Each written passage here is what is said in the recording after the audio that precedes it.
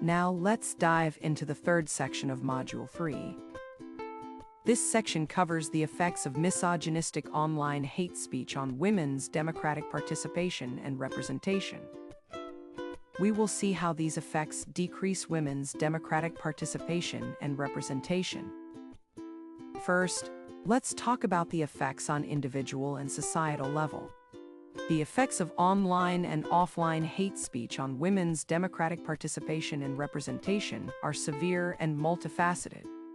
Hate speech not only targets women individually, but also undermines their collective presence in political, civic, and decision-making spaces.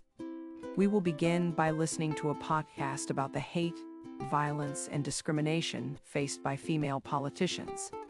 The podcast is called Violence Against Women Active in Politics in the EU, a serious obstacle to political participation. One of the effects is silencing and self-censorship. Here we can include the fear of harassment, which means that many women avoid engaging in public or political debates due to the fear of being targeted, withdrawing from public platforms, suggesting that online hate campaigns often drive women away from social media, blogs, or forums, known as key spaces for political expression and self-censorship. This means that women, especially those in politics or activism, may tone down their views or avoid controversial issues to escape abuse. Another effect is deterrence from political engagement. This refers to aspects like reduced political candidacy, which means that hate speech discourages women from running for office, especially younger women or those from marginalized communities.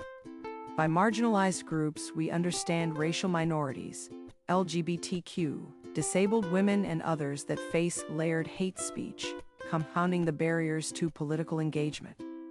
This further narrows the diversity of perspectives in democratic institutions. Burnout and early exit are other issues affecting women already in leadership, who may choose to resign or avoid re-election due to relentless hate and abuse, as well as undermining legitimacy.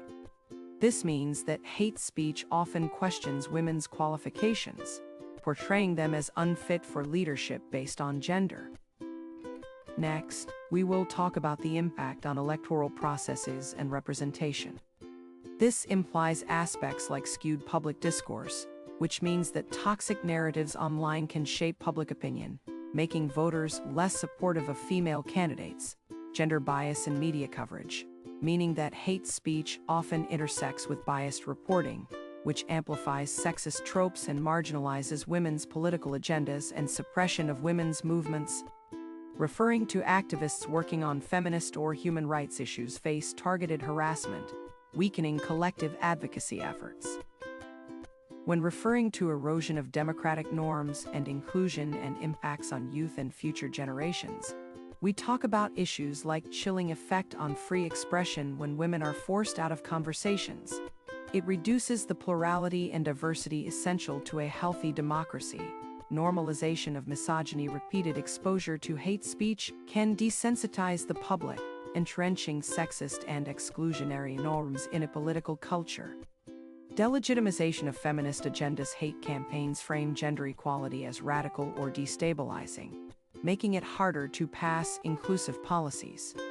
All this leads to a role model effect, which means that girls and young women may avoid leadership roles if they see women leaders being abused or disrespected, and political alienation. Continued exposure to hate discourages civic interest and trust in democratic institutions.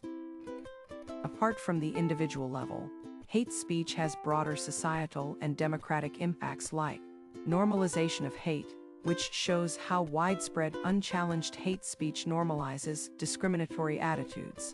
Chilling effect on public discourse, meaning that women, particularly those in public life, politicians, journalists, activists, are disproportionately targeted, leading to self-censorship and a reduction in diverse voices in public debate.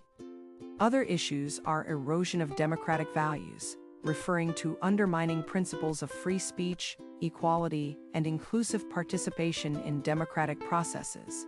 Breakdown of social cohesion and rise in hate crimes. How online hatred can translate into real-world division and violence.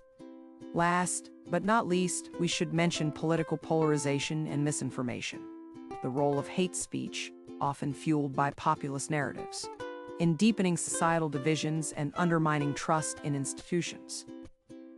Now let's talk about possible actions for mitigating the effects, the negative impact and harmful effects of hate speech on women's participation in the democratic life can be minimized through a few actions like stronger legal frameworks against gender-based online harassment, support networks and mentorship for women in public life, media literacy and civic education to counteract hate speech narratives, platform accountability, which means that social media companies must be held responsible for moderating abusive content and public campaigns to normalize women's political participation and counter misogyny. Now we kindly ask you to use the information acquired so far to write a short essay, no more than 1,500 characters. Answer the following question. Do you believe online hate speech significantly impacts the willingness of women to engage in public life? Why? Why not? Please don't use AI. Use your own words and state your own opinion. Start below. Think about what you have learned in this section and answer the following questions. What did I learn? How will I apply it in my community? Can I identify the impact of hate speech on individual and societal democratic level? Write the answers in your notebook or virtual diary and save them for later. Thank you for your attention.